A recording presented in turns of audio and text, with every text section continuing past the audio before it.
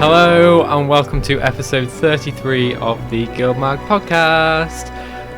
This week we are talking all about Heart of Thorns story stuff.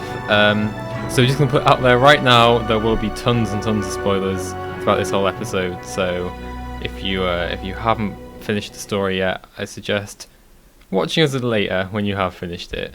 Yes. So yeah, as always, Sandra and Aaron are joining me today. So say hi, guys. Hi. Yay. Hello. What have you guys been Great. up to for the past week? Anything exciting?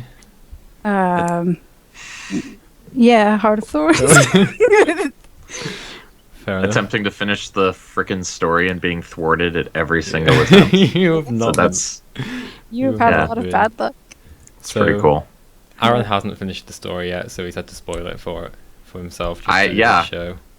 Listen, I tried. I actively tried to finish You the did. story, and the game didn't want me to. So It I on YouTube literally didn't want him to. We tried doing it before the show, and there were a number of reasons why we weren't successful.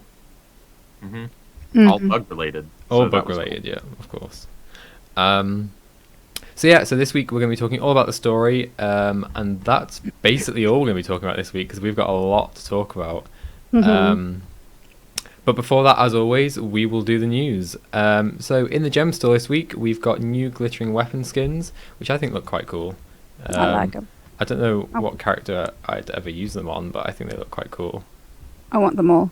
Do you? I I want all Was- the butterflies.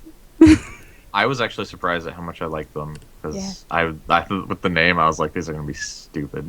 The only And one then that's questionable is the hammer. That one's a bit questionable. yeah, the hammer's bad, but Yeah. I really liked. I was surprised at how much I liked the great sword. The great sword's really cool. Mhm. Yeah, they're pretty. They are. Yeah. We also have a new exalted glider for 400 gems in the gem store, and a new mini bone breaker in the toys category for 350 gems. So cool stuff. I think the exalted glider looks quite cool actually. I Um, thought so too. Yeah. I actually think I might prefer it to the Heart of Thorns Deluxe one. Mm-hmm. It looked good. I haven't decided what glider. I need to look through glider skins and decide which one I want to go for a permanent one. Mhm. Yeah. I I'm still on my angel wings. No, we're not. We're not going there this week. We've done that to I'm death just already. telling you. I was just making a comment. So also in the news, Extra Life was happening. I think it was it today or yesterday?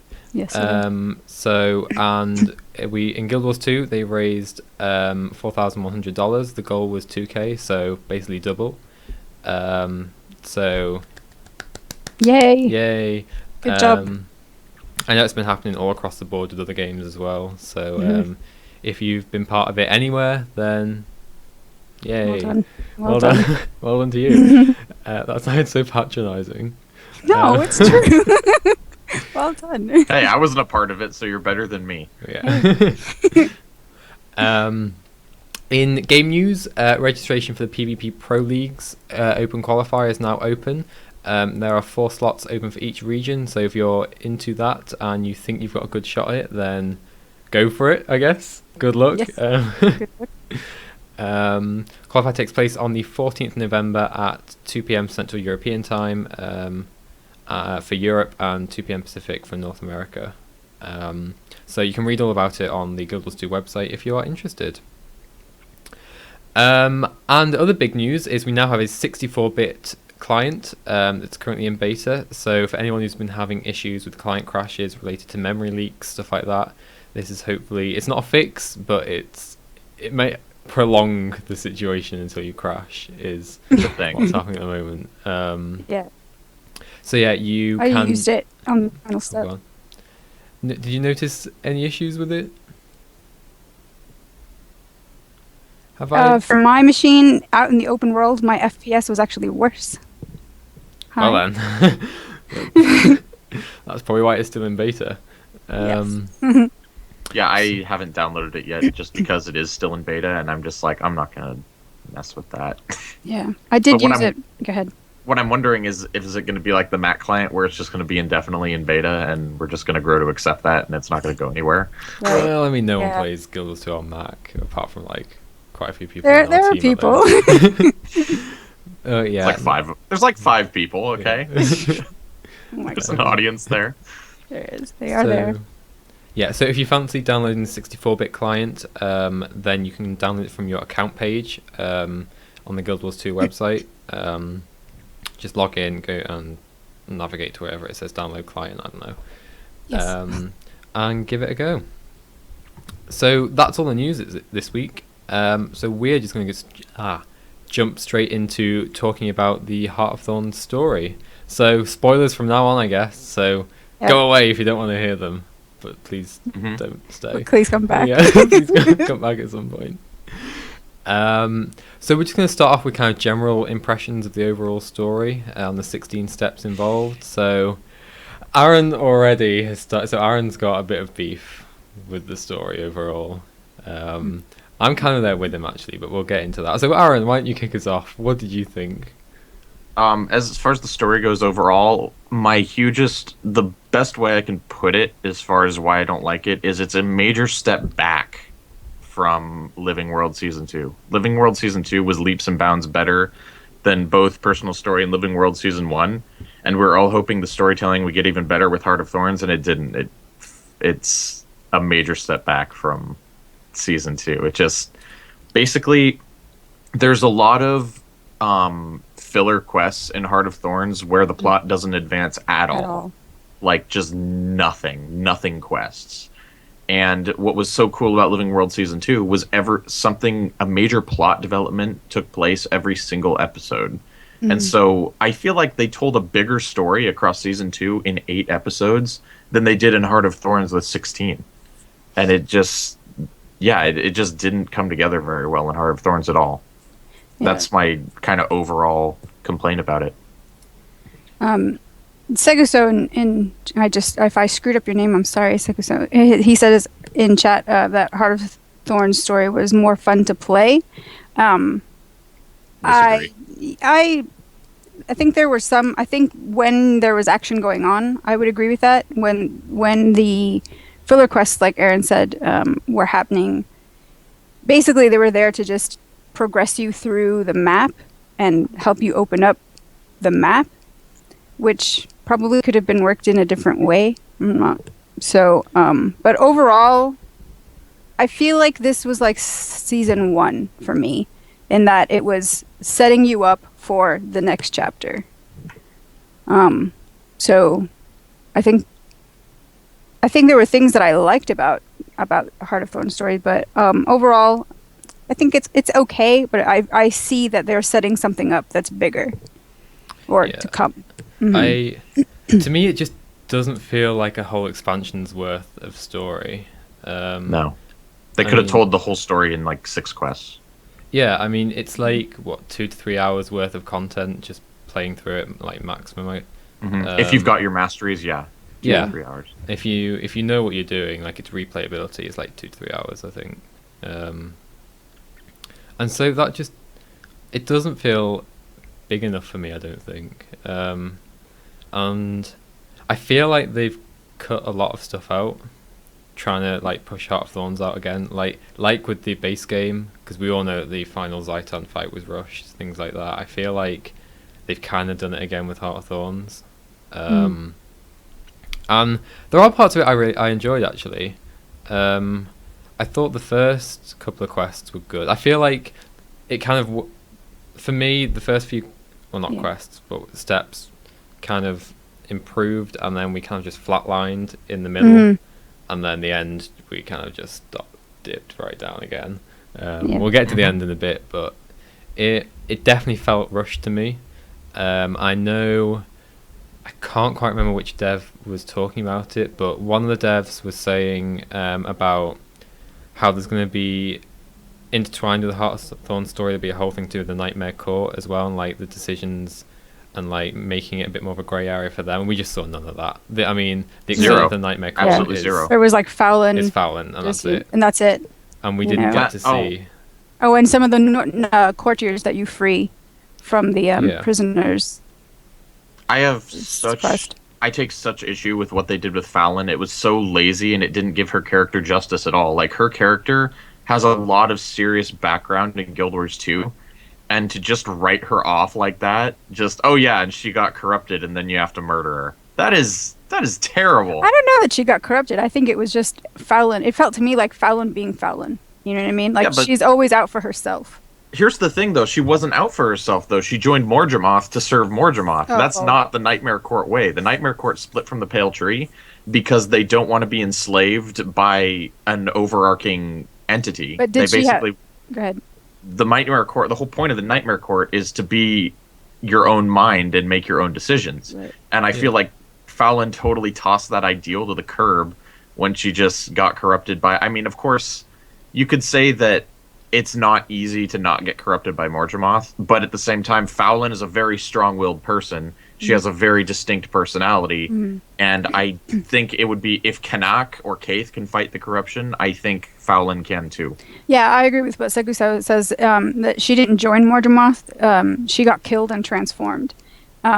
Because Morgemoth will take over your dead corpse and just clone you and make you do whatever he wants you to do. I mean, we've seen this with some of the meta events in Verdant Brink, particularly. But I'm sorry, I didn't back up far enough. I don't like that they killed off Fallon. I thought that was in the way that they killed her off? Yeah, I thought that was so dumb. So in the scenario where Fallon lives, which is how I would have preferred it, I would have preferred them to go into a lot of depth into how the Nightmare Court's ideals don't fit with Morgemoth, and how the Nightmare Court is also trying to resist the corruption and maybe forming a gray area alliance with the Morgemoth to fight. That's exactly what with the Morgemoth, with the Nightmare Court to fight Morgemoth. Right. That's exactly what I was hoping for, and I completely agree. It's and you see from like Kanak coming along, and he is he resists all the way to the end throughout, and the player character actually trusts him more than Kaith. Which that whole part about not trusting Kaith, granted she stole the egg, whatever, but was just a bit like, it felt a bit overdone to me. It just felt a bit like, well, I don't know. It was like it was too snarky, too bitchy. You know what I mean? It was a bit too aggressive. The thing that really got me about Kaith is 1 minute you do not trust her at all and you want nothing to do with her, and then the next minute you've given her daggers back and she's fighting by your side again. Yeah. And there was no... The thing about the Heart of Thorns story is there's no character development for really anyone throughout the whole story. Zero. Bram is the only one you can give some to. And Bram and Timey. There's some serious character development for Timey. Bram is like, his mom died and now he doesn't have hair. More or less, he's the same frickin' person. Yeah. I can't stand Bram. He's the worst. Aw. I don't mind him. I don't mind him as much. My problem with Bram, and this comes up several times in both the Living World and Heart of Thorns, is when there's an issue at hand that you need information about, he's like, F it, let's just chill everything. He doesn't care about actual information. Which is very young Norn, I think. He's a moron, and I hate him. But I mean, it is very Norn to just kind of go out there and like, let's kill things because we're the hunters. But I don't know. Bram's all right. I think I was more impressed with what they did with Bram and Timey though, than with the others. I mean, Jory, we get nothing. Kaz, zilch. Rox, zilch. Rox was barely in the story. It's like Rox, you're on point. Just go and leave us some marks. We'll follow along. Even there. I know. Oh man. One of my biggest beefs with the story, and this was one I noticed right away because it was kind of creeping up on me, and I kept getting more and more annoyed with each quest as they didn't divulge it, was the fact that they never explain Ritlock. Never explain it. They don't explain a lot of things, really. Like, they not actually give a full-on reason why Kaith even stole the egg to begin with, apart from she just felt like it was what she had to do. Yeah, she says it was my wild hunt. Yeah. And it's like we never got that bit of story where the Pale Tree gave her it. We might have gotten something about her getting a new wild hunt, but I don't think it was in the main Living World. But the way they have Ritlock come back and he's like, I'm back now, and you're like, wait, why? And he's like, you don't need to know. Tell you later. When's later? I don't need to know. We're too busy right now. Yeah. we just all take it lying down. We're like, oh, okay, no, yeah, we don't need to know how you got back from the freaking mists. It's like, no, our character would ask that, and they would keep asking it, and they wouldn't let up until he told them. And if he didn't tell them, then we wouldn't trust him. Mm-hmm. And it's so silly that we're just like, you're back, great, awesome. Yeah. I mean, I liked the bits that he did get pushed a bit, he would reveal some about how the Revenant profession mechanics work, like with the voices in his head, and I'm still trying to get used to this magic thing, but it just wasn't enough. No, it wasn't. No. It absolutely wasn't. It was absurd that our character and the entire Destiny's Edge 2.0 group would just roll with it, and none of them would be, like, even if they're curious, they don't ask questions, and that's so ridiculous. I'm sorry. It was so out of character for everyone, and it was poor writing. Well, there we go then. Yeah. So... I do agree with Sakuso in chat, though, that one of the things that I really loved about the story was how our character is in the story. Your character, I played a male Sylvari, and my character was very assertive. They had an actual personality throughout the story. There was sometimes where he was snarky. There was sometimes where he was, funny. And most of the time he was very commanding. Yes. And I loved my character in the story. And the story, if it did one thing, it endeared me to my character. Yeah, I agree with that. I completely agree. And I think we talked about it last episode, the one before, about the voice acting generally. Yeah. I have thought is a lot better. Marjorie is still awful, but the rest of it's pretty good. Marjorie's voice acting? Yeah. She's still got that sultry Marjorie cool. It makes me want to cringe into a puddle. I want her to. I think they need to develop her character more, because I know I didn't get to play the which season 1 thing did she come out in? Was it Dragon's Bash? Yeah, Dragon Bash. Yeah, which I didn't get to play, but the way that they set her character up as being kind of dark and mysterious and like very noir. There's a lot of richness to that. You know what I mean? Her voice work is so cheesy, though. Well, she's like, "Hey, boss, how's it going?" It's like, oh my god, stop! Cool. I like just shut your mouth. I like it. I like her sultry. Oh man, they need to do something new with that voice work. I don't know who does her voice work, but you need to figure yourself out. God, he's ripping into everyone today. You're really feeling it today. I'm so utterly disappointed in the Heart of Thorns story. I'm disappointed, but I'm not as disappointed as you, I don't think. I think there were some good things. So the first few missions for me I really enjoyed, and I liked the picking what path you wanted to go down, the choices. I'm a bit disappointed that didn't continue throughout the steps. I think you only have a couple of instances where you actually get to make a decision about what you want to do. Yeah. Which I was. Oh yeah, the whole thing's on rails decision-wise.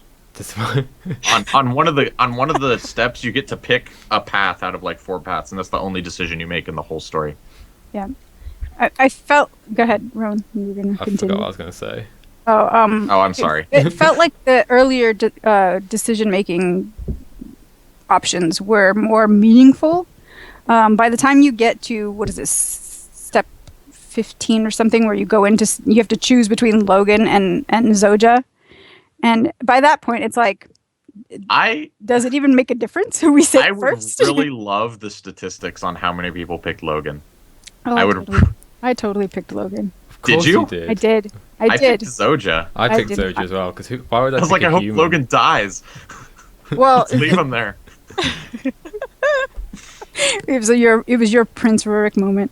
I picked Zoja. I picked Logan only because Zoja. I have a lot of alts, so I've played all of the racial storylines multiple times, and Zoja is the one character that probably I'm less attached to, because she annoys me more. So that's why I did not choose Zoja. So apart from, and we like not even getting into the ending, apart from all that we've just mentioned, I also am annoyed that a lot of the stuff that they've hinted at throughout the entirety of Guild Wars 2 and the Living World never came into play in Heart of Thorns at all. Like there was not hide nor hair of Malik, the mysterious Asura that has. Yeah, I was really surprised at that. He doesn't show up at all. No, there's no other pale. I mean, there's that dead pale tree thing you find in Verdant Brink, I believe. But other than that, there's no Malik, there's no any of that, and that just because everyone was waiting for Malik to show up and for the Malik mystery to be solved, and this was the perfect opportunity to solve it, and they didn't even bother. Yeah. They didn't even mention his name. And I wonder if it, going back to my point on this feels like a setup. I wonder if we're ever going to get that. Yeah. That missing part. I hope so, because it was a pretty important storyline in the Sylvari story. Yeah. Personal story. So I would hope that they would bring that in, because, what did they just all get corrupted and become Mordrum? If that's what happened, at least tell us. If that is what happened, it's kind of lazy. Another issue I had was the fact that we kind of just beelined to the dragon and killed it, and there was no push and pull to the narrative at all. There was no point where the dragon's pushing in, and I would have loved a city attack on either Radissum or the Grove. Radissum would make more sense in my opinion, since it's closer. Mordramoth would have to get through it to get to the Grove, and since Radissum is a huge magic hub, I feel like Mordramoth would beeline for it, and I find it kind of absurd that he didn't. Of course we have the dragon stand meta and all that stuff, which would imply that we never let him get that far, but we're supposed to be attacking him with a super paltry force. The pact is more or less broken. So I find it hard to believe that we would be able to get that far in and stem his advance from there. I think it would have made way more sense for him to attack the Grove and either the Grove or Radissum, and to have made a stand that way. Yeah. And I think the lack of that was just... I wonder though if they thought there that whatchamacallit, that it would have been too similar to the personal story, because Zaitan did go in and throw an attack on Claw Island. So would that have been too similar to the personal story? They were thinking that they're they had LA get attacked a bunch, and now they're gonna have it now they're gonna do it to every city. But the thing is, it's not bad storytelling when it makes sense, and it would make sense for Mordramoth to beeline for Radissum. So I don't think it would have been bad. It doesn't make, to me, in the personal story, it doesn't make any sense for Zaitan to beeline for Lion's Arch. I thought that was weird. He's got so much more ground to cover. It would have made way more sense for him to go to the German Priory, in my opinion, because I think it's more heavily magical. Or the Whispers area, because I think that's more heavily magical. But the Whispers area, I could probably believe. Yeah, I didn't see Lion's Arch being a thing. I thought that was kind of cheesy. But I really think Radissum would have been a great target for the Heart of Thorns story, and that could have made the story so much longer with more pertinent bits in it. So the thing Heart of Thorns does is a fair chunk of its storytelling it does through the actual events in the maps. I know there's one event that I haven't played it yet, but there's one event where I think it's in Tangled Depths, but somebody in chat might correct me if they know of it, where you have to it's about preventing the Mordrum from going beyond the Heart of Thorns maps and attacking places like the Grove. Yeah. And if you don't do that event, I didn't even know it existed until today, you've got no sense of where is that threat? Where's the threat? Yeah, exactly. There's no sense of, oh well, the Mordrum are all here. They're not in Central Tyria. It's fine. So and there's another thing that Living World Season 2 did way better than Heart of Thorns there was events you had to do in Living World Season 2 in the open world, but it would direct you to them, and it would have those events active when you got there. Right. And so you didn't miss anything. In Heart of Thorns, it's just oh yeah, there's context in this event if you happen to do it. Right. Exactly. The thing. Yeah. I think Young Potatoes touched on this with his video reviewing the story. If you haven't watched it, I recommend you go and watch it. I haven't watched it. I haven't yet, actually. I'm going to watch it later today. So he talks about how in the Heart of Thorns story, as developers, they can't guarantee that anyone has done any of the map events before doing the story. And he questions basically whether or not it would have been an idea to require people to do an event as part of the story before carrying on with it. I think they required it in several places. In some of the Ascalon quests in Season 2.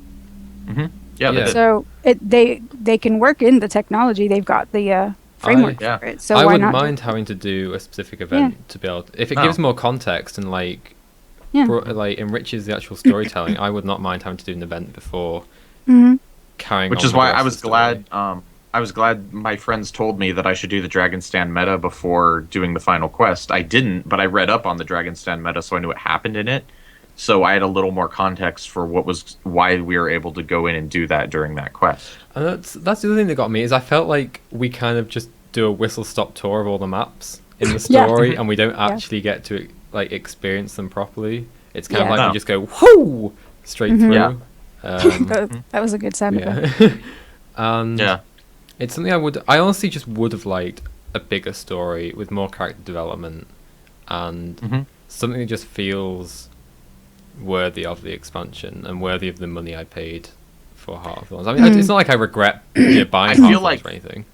No, I don't either. I feel like I got my money's worth out of the new guild stuff and out of the open world stuff. But the story was, like I said, it was just a huge step back from season 2. I mean, they brought in these new mysterious race that's bred to fight elder dragons, Yeah. the Exalted, and they didn't use them at all. They didn't Yeah. use them one bit in the story for anything. I know. And I was just like, that is sinful. It is sinful. When we were playing the Auric Basin meta, Rowan brought up, he's like, well, if the Exalted have so much power and they can go in after the Mordrum, what do they need us for? Yeah, Why don't we just throw them at them? In the Auric Basin meta, when an Exalted sacrifices itself to kill all the Mordrim basically in the entire area, why can't we just sacrifice all the Exalted in once and just kill Like, Mordrim listen, off?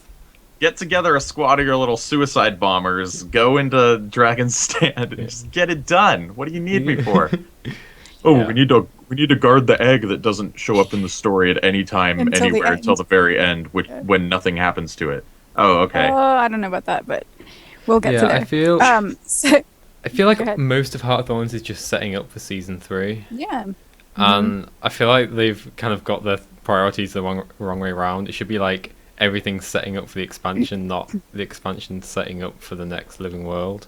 Because season 2 did set up the expansion. Yeah. It set up Heart of Thorns really well. And then And then Heart of just Thorns did just nothing didn't with really it. follow up on half Yeah. the crap it set up. Yeah. Oh my god, if I could, all the stuff that they set up in season 2, they hyped it up so much, and then it just had meh or no part in this story.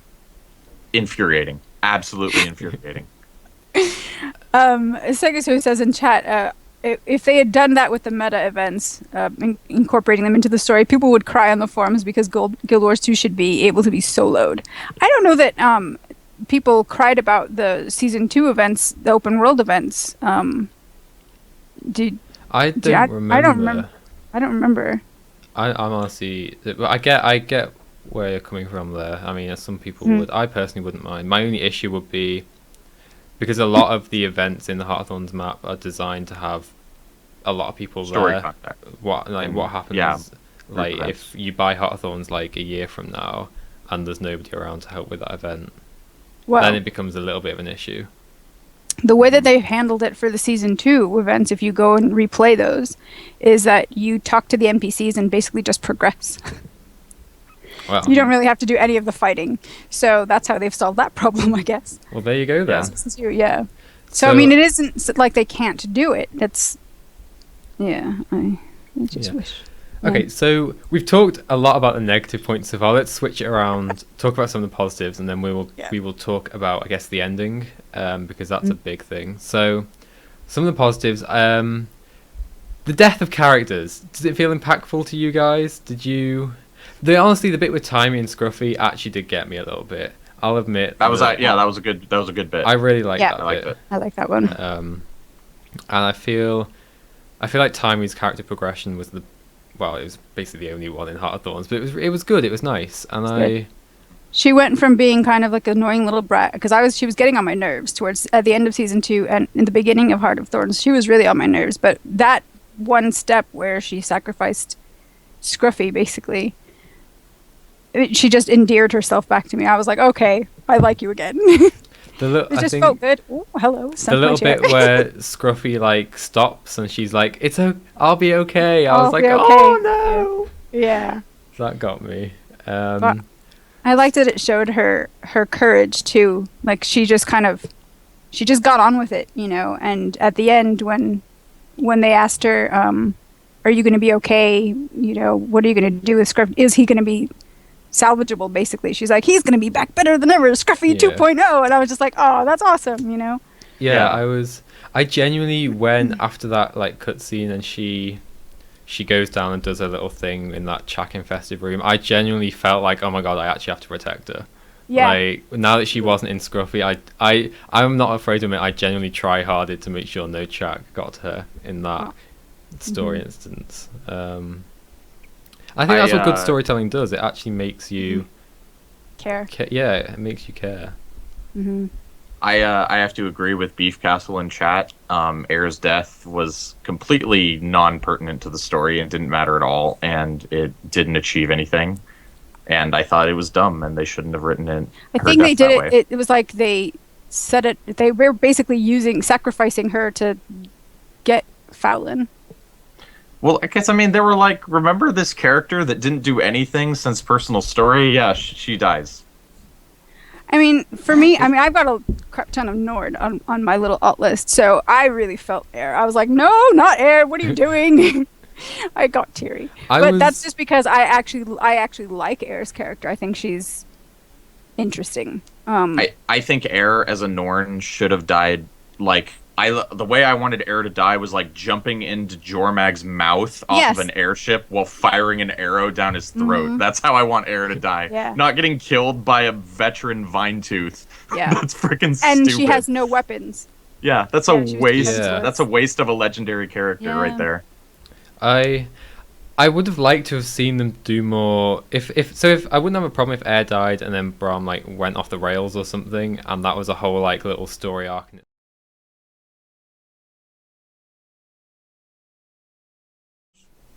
Are we back? Yay. We're back. Okay. Yay. I forgot what we were talking about after that. I was ranting. Outage. I remember. I was ranting about Braum. Yes. That's what Braum, I was Air. We were talking about Air's death and how unnecessary it felt. Well, I was just annoyed that after Air dies, Bram's like all volatile and stuff, and he's like, I'm sick of hunting down this, dragon. I want to go kill Fowlin. Mm-hmm. But he never does it. He never goes off the rails, and I wanted to see Braum really go on a bender, and for us to have to try to rein him in, and that would have actually been a great way to kill off Braum. Yeah, I don't think Braum is kill off worthy yet. I think that would have been a great, because Braum dying gives Timey even more character development, and it really gives the whole group character development. Mm-hmm. And it would have made Air's death actually mean something, because right now Braum means something, but Air doesn't to this story. And Air dying, I feel like, is inconsequential to the narrative, and I think it hurts the future narrative, because I would have liked to see her go down fighting Jormag, because he's like the enemy of her people. Yes. Yeah. And I think this was the wrong time, the wrong place, and the wrong context to kill Air. Well, they toyed with the idea of killing off one of the... I believe it was Marjorie. Yeah. One they were going to kill. Mm-hmm. Which would have been great, because then I wouldn't have to listen to them talk anymore. You're terrible, my goodness. I can't stand her voice actor. Oh, poor voice actors. But, I think that they nixed that idea just because, I don't know. I think it's too soon. Well, they nixed Marjorie dying because it got spoiled. It got data mined. Oh. Yeah, it got data mined, and everybody found out about it before the episode came out, and so they went in and changed the story really quick before they released. Wow. That's kind of lame, but I still think it's not. I don't think we're invested enough with these characters yet.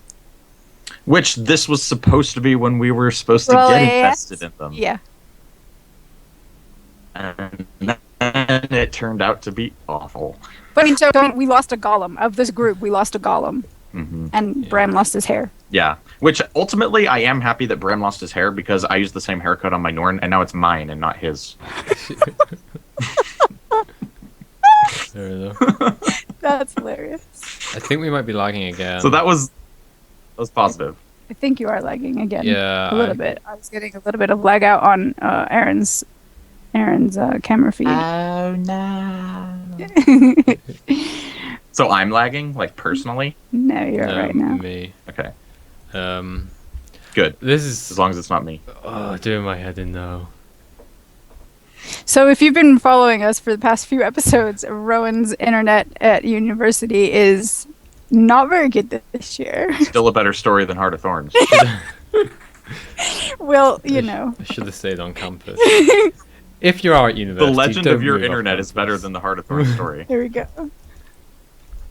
But anyways, let's continue on with our story. What else did you like? You mean our rant?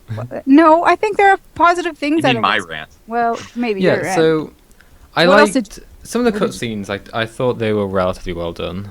Yeah, cutscenes. Good job.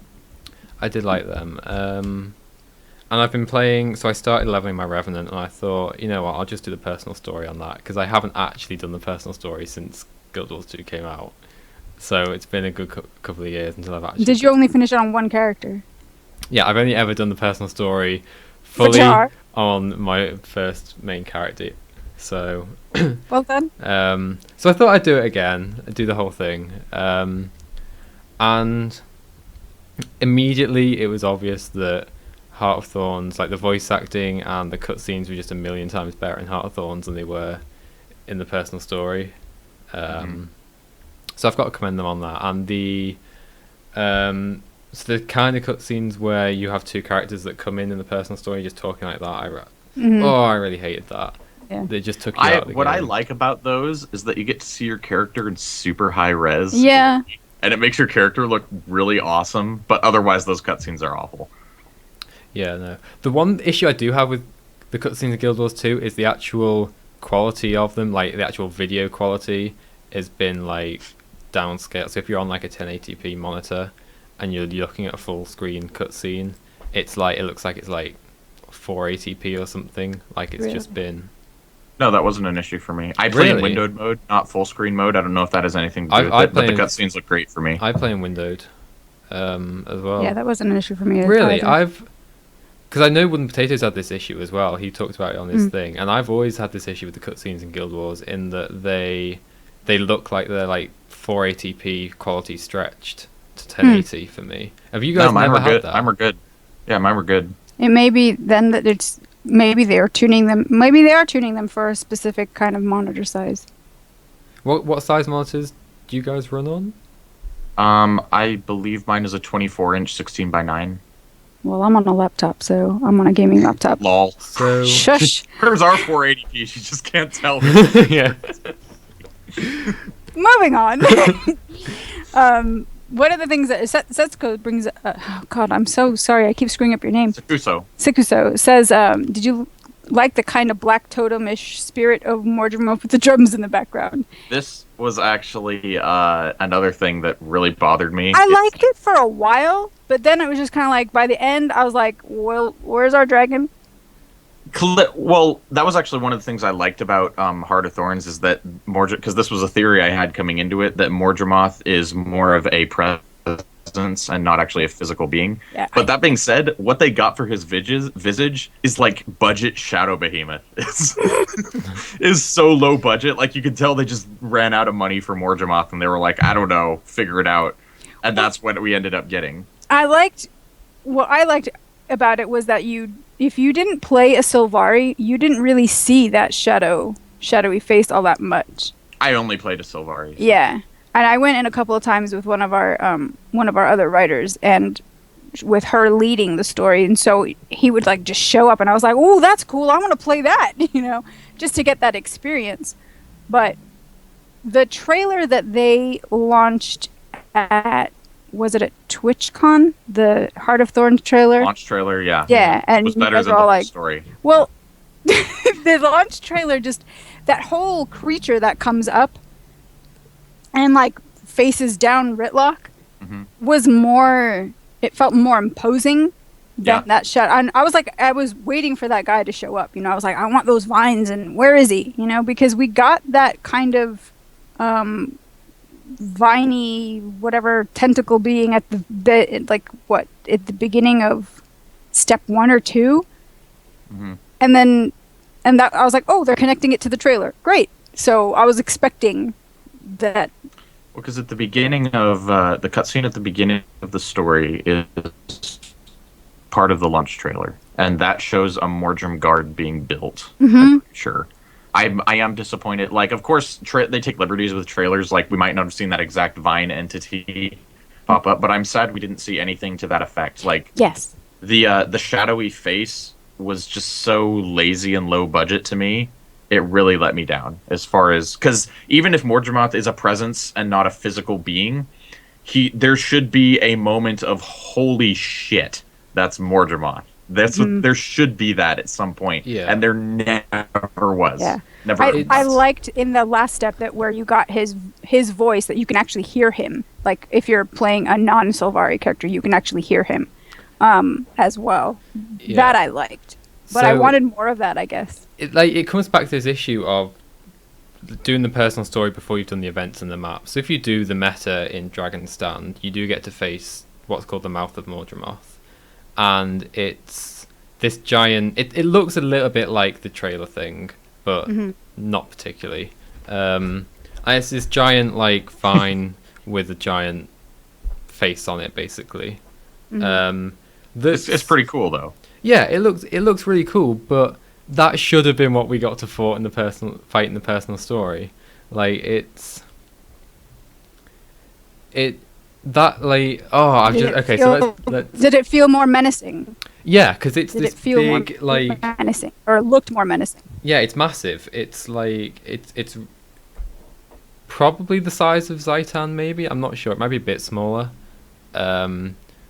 But it is a really massive thing, and it's a really cool fight as well. The whole meta, when you actually do get to fight it, it's a really interesting fight. But my issue is the actual final fight that you have with Mordremoth in your story is just, you might as well be fighting any old inflated Mordrum. That's what he looks like, essentially. It doesn't.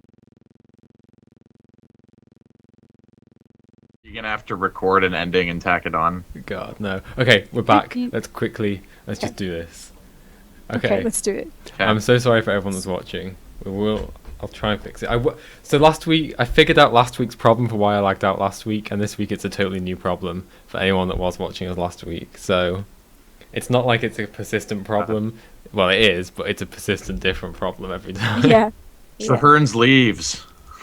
So That's my new exclamation for when God. Rowan has an internet issue. Hearns leaves. So we were talking about the final Mordremoth fight. So we're going to talk a little bit about the actual mechanics of the fight. I honestly quite like them. Aaron completely disagrees with me, and he's probably going to tell us why. Yeah, okay, really quick. Here's the issue with the final fight. They clearly scaled this final fight based on people going in with glass cannon gear. If you went in with non-glass cannon gear, the fights took way too freaking long. The enemy health pool was way too large, and the enemy didn't even come anywhere near hurting you. I went in with Ascended Knight's gear, which means I have about 4,000 armor, because I do a Guardian with shield, and these fights were taking me, 5 minutes plus to complete, which is a long time for a single fight. Some of them upwards of 10, but they were easy the whole time. There was no challenge to any of these fights, so I'm just sitting here wailing on this damage sponge for like 5 to 10 minutes, not getting hit below 90% health. Like, my health is fine the whole time. It was unchallenging, it was boring, and I couldn't stand the final mission, and it took way too freaking long, and there were way too many bugs, and I haven't finished it yet! So the actual Mordremoth fight I quite like. I went in as full Zerker, so I actually had to try in that fight to not die. Yeah. And yeah, I really liked it. It was challenging but not too difficult. If you're Berserker, imagine if you're not Berserker and you've got Knights, then it's neither difficult nor engaging. But it took me a while because I was basically for most of it. Well, no, I wasn't actually. That doesn't matter. I forget I said that. I was going to say something newbie, but I realised I figured out a way. Okay. Yeah, I liked the fight itself. I didn't like the boss I was fighting, but we've already discussed. But I like that they incorporated a bit of gliding in the final fight. Although I will say that the updrafts were not immediately noticeable like they are in the open world. No, So I found that a bit. Where are my updrafts? I'd like to get up in the air, but where are they? Yeah, the first time I was like, oh my god, where are they? What do I do? How do I glide? And I was Yeah. like, surely I don't just jump off the end because there's nowhere to come back from. Exactly. But I just Yeah. hate that they kind of shouldered us. Like, if you don't play Glass Cannon gear, screw you. That's how I felt Well, in that last fight. I went in with Sinister's gear, and Which is Glass Cannon gear. well, yes, and I was happy that it was responsive to taking condition damage, so I was very happy about that. So yeah, it just, the one mechanic that I absolutely did not like was the whole penalty box thing. That if you went in with a group, and you died, which happened to me, you get put up into the penalty box and you stay there for the entire fight. There's no like, I mean, I can see penalizing a player for dying, for say a round of one of the blighted cycles of your allies.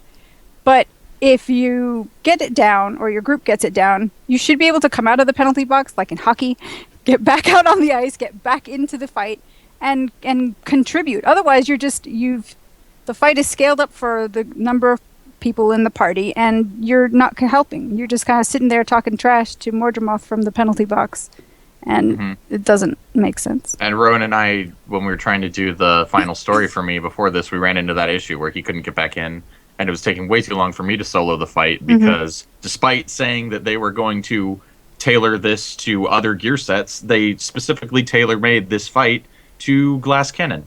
So I'm not done with it yet. we will It's be. okay. We will get you. We'll done get you with it. through. We'll get you We through. will. Yeah, no, I'd be interested to see how it scales with like 5 people, because I did see a lot of people looking up. for full parties to do it. I soloed mine, Bye. so I'm not sure, but I did. I I thought. soloed mine more because of the whole penalty box thing. Yeah, well, yeah. I thought it was alright. Like, I liked the idea of getting all your allies to come in at the end and like help you out with it and getting specific buffs from them. I did like that idea. I just wish it was a bit more epic. I honestly I actually had to question whether or not I preferred the Zaitan fight to the Mordremoth fight. It was better than Oh the my Zaitan fight. gosh. I'll give It him was that. better It's than the Zaitan like fight. Yeah. so mechanically in gameplay, yes, but when you actually look at what you're fighting, I don't think it is. At least you actually get Shambling to see Mesa, yeah. a A giant dragon with Zaitan. Yeah. With Mordremoth, you don't really. And there's Right. no like, once you've killed them, there's no fanfare or anything. There's no celebration, and you don't get a sense that you've actually achieved anything at all. For anyone who played Guild Wars Factions, the Island Guardians in Guild Wars Factions pretty much look the same, but way better than what Mordremoth looks like in the final fight. Yeah. He's It's- very unimposing.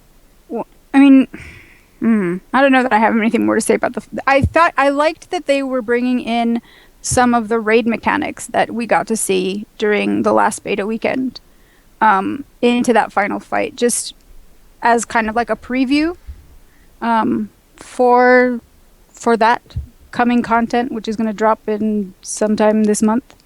So that I thought was interesting, and an interesting way to work that in. But they need to change that penalty box mechanic. That's all. Put a timeout on it. That's all. I agree. And then it'll be. I would be fine with it. So I think we should wrap up before I lag out again. All right, I but mean, those have. were only about half my rants, so we Well, probably I should have wrap one up. point. Okay. I have one question. Since we've talked about the story, and where do we think the story is going from here? We haven't really touched on, but the whole Traherne dying, I wasn't surprised by. No, I wasn't. Very predictable. Yeah, that was kind of predictable. But Khalidbolg, when you whack him over the head with Khalidbolg, has that sword been corrupted? Because he talks about the whole, oh, I'm connected to the sword, and the sword is made from the pale tree, which kind of got. Isn't the sword? Don't you get it after as a reward after the quest? Don't you get broken Khalidbolg? Yeah, you do. Yes. Yeah. Yeah, and it looks terrible. I mean, it's sad. It's like, oh, broken Khalidbolg. I mean, it's a pretty cool greatsword in the personal story, but when you get to actually use it, if you play the Order of Whispers storyline on a Sylvari character, you get to use that sword, Mm-hmm. and it has skills. And at the end, it has no skills before you whack Traherne on the head. So my question is it really Calibolg? If it is, has it been corrupted? Because that whole energy infusion thing that went out to the egg... I think you might be reading way too far into a simple quest mechanic. Well, no, I don't know about quest mechanic, but it's a story mechanic. But I mean, the egg, it got hit by the energy. Mm-hmm. I don't think we're seeing the last of that egg, and I don't think it's going to be good. Oh no, the egg's definitely going to hatch from whatever that happened. But is it going to be a good baby glint egg? No, I don't think so. Yeah. I think it's going to be It's going to be an angry little teenager. It's going to be an angry teenager. Listening to heavy metal, stuck in his room all day. Is it going to have fingerless gloves on? Maybe. Oh god. Yeah, so I did like that Traherne's head exploded. That was fun. Yes, that was... I genuinely had to question if I'd actually killed Mordramoth because it felt that underwhelming to me. I was like, surely he's not dead, and then it's kind of like... Because basically what it leaves you with is, how do you know? Like, how do I know that I killed a giant elder dragon? I mean, I know it's just a mental presence, but there's not enough confirmation there for you to actually know you vanquished it. Well, I mean, and the whole thing that Traherne tells you, he's planted a seed, I can feel it, it's in my mind, kill me, and then the egg, gets the energy, and you're just kind of going, no, I don't think he's dead. Yeah. I think he's coming back. Well, we'll have to wait and see what happens. I think overall we've been probably more negative than we normally would be. I know, yeah. I do like the expansion, though. Yeah, I enjoy Heart of Thorns, and I love the expansion. I think the problem is that we were hoping for more out of the story, and we want more. We want more story.